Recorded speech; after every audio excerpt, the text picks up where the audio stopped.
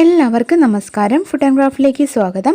ഇന്ന് ഞാൻ വന്നിട്ടുള്ളത് നമ്മുടെയൊക്കെ വീട്ടിലുണ്ടാവുന്ന മാഗിയുടെ കവർ വെച്ചിട്ടുള്ള ഒരു കൊച്ചു ഐഡിയ ആയിട്ടാണ്. മാഗി ഉപയോഗിക്കാത്തവരായിട്ട് അധികം ആരും ഉണ്ടാവില്ല എന്നാണ് എനിക്ക് തോന്നുന്നത്.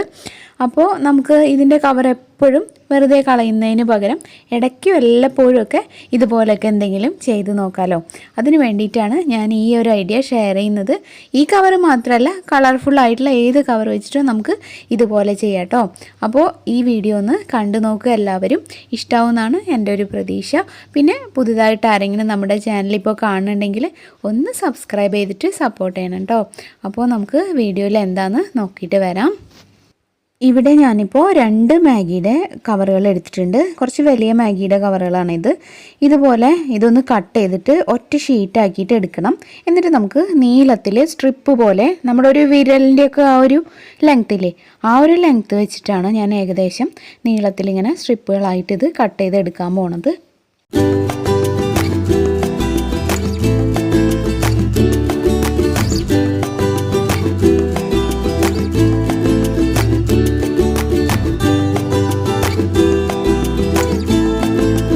നമ്മളിപ്പോൾ സ്ട്രിപ്പുകളൊക്കെ കട്ട് ചെയ്ത് കഴിഞ്ഞു. ഇനി ഓരോ സ്ട്രിപ്പും എടുത്തിട്ട് ചെറുതായിട്ട് ഇങ്ങനെ കട്ട് ചെയ്ത് കൊടുക്കുക. നമ്മളുണ്ടല്ലോ അതിൻ്റെ ഒരു പകുതി ഭാഗത്തോളം ഇങ്ങനെ സിസർ വെച്ചിട്ട് കട്ട് ചെയ്ത് കൊടുക്കുക. എത്രത്തോളം നൈസായിട്ട് കട്ട് ചെയ്യാൻ പറ്റുമോ അത്രയ്ക്കും ചെയ്യുക. അപ്പോൾ നല്ല ഭംഗിയുണ്ടാവും കാണാൻ. ഞാനിതിപ്പോൾ മടക്കി പിടിച്ചിട്ടാണ് കട്ട് ചെയ്യുന്നത്. അപ്പോൾ ഒരുമിച്ച് തന്നെ എല്ലാം കൂടെ കട്ടാവുമല്ലോ. അല്ലെങ്കിൽ നമുക്ക് ഓരോന്നും പിടിച്ചിട്ടും കട്ട് ചെയ്യാം. അത് നിങ്ങളുടെ സൗകര്യം പോലെ ചെയ്താൽ മതി.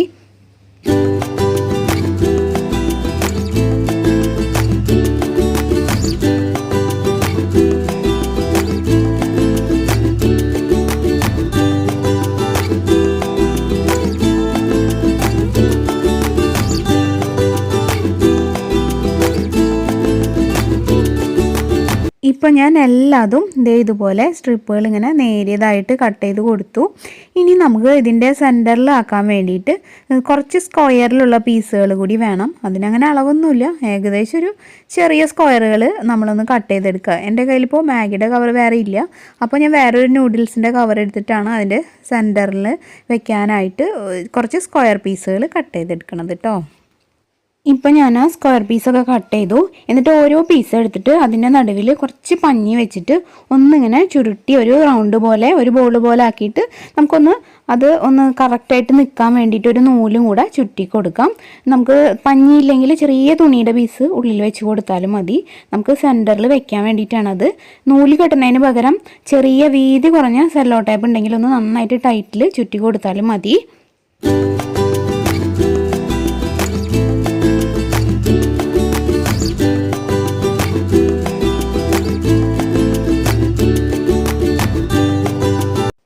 അടുത്തതായിട്ട് നമ്മളിപ്പോൾ ഉണ്ടാക്കിയെടുത്തിട്ടുള്ള ആ ഒരു ബോളില്ലേ, അത് നമ്മൾ നേരത്തെ മാറ്റി വെച്ച ആ ഒരു സ്ട്രിപ്പിൻ്റെ സൈഡിൽ വെച്ചൊന്ന് സ്റ്റാപ്ലർ അടിച്ചു കൊടുക്കുക. നല്ല ഉറപ്പിൽ നിൽക്കാനാണ്. എന്നിട്ട് ഇപ്പോൾ ഞാൻ ചെയ്യുന്ന പോലെ ആ ഒരു സ്ട്രിപ്പ് ഇങ്ങനെ ചുരുട്ടി എടുക്കുക. നമ്മൾ ആദ്യം തന്നെ സ്റ്റാപ്ലർ അടിച്ചുകൊണ്ട് ആ ഉള്ളിലത്തെ ഊരി പോരില്ല, അല്ലെങ്കിൽ ചിലപ്പോൾ ഈ കവറാകുമ്പോൾ ഒരു ഗ്രിപ്പ് കിട്ടില്ല. അപ്പോൾ അത് ഗ്രിപ്പ് കിട്ടാൻ വേണ്ടിയിട്ടാണ് ഞാൻ ആദ്യം തന്നെ ഒന്ന് സ്റ്റാപ്ലർ അടിച്ചു കൊടുത്തത്. പിന്നെ നമുക്ക് ലാസ്റ്റും എല്ലാം കഴിയുമ്പോഴും ഒന്ന് സ്റ്റാപ്ലർ അടിച്ച് ഉറപ്പിച്ചു കൊടുക്കണം.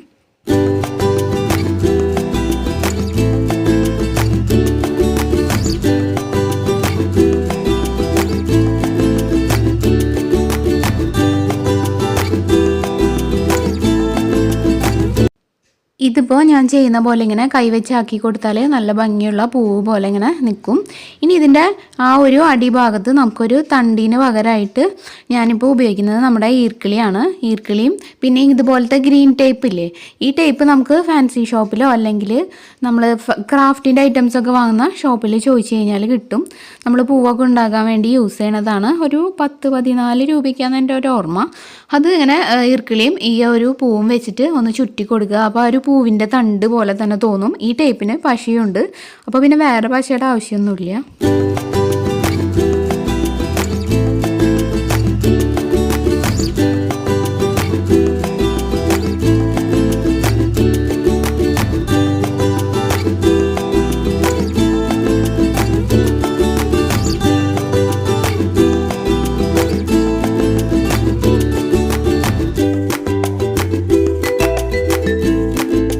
ഇപ്പോൾ മാഗിയുടെ കവർ വെച്ചിട്ട് വളരെ സിമ്പിളായിട്ട് ആർക്കും ചെയ്തെടുക്കാൻ പറ്റുന്ന രീതിയിലുള്ള കുറച്ച് ഫ്ലവേഴ്സാണ് ഞാനിവിടെ തയ്യാറാക്കിയത്.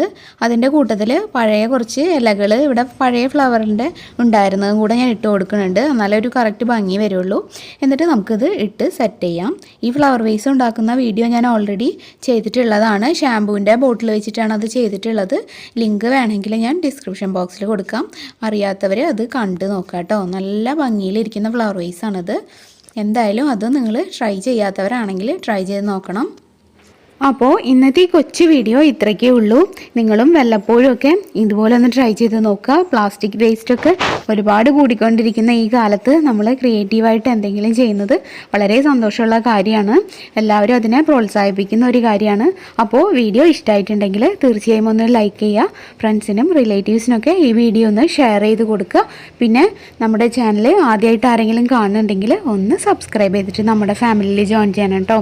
സബ്സ്ക്രൈബ് ചെയ്യുമ്പോൾ ബെല്ലൈക്കൺ ക്ലിക്ക് ചെയ്യാനും അതിന് നേരെയുള്ള ഓൾ എന്നുള്ളൊരു ഓപ്ഷൻ എനേബിൾ ആക്കാനും മറക്കരുത്.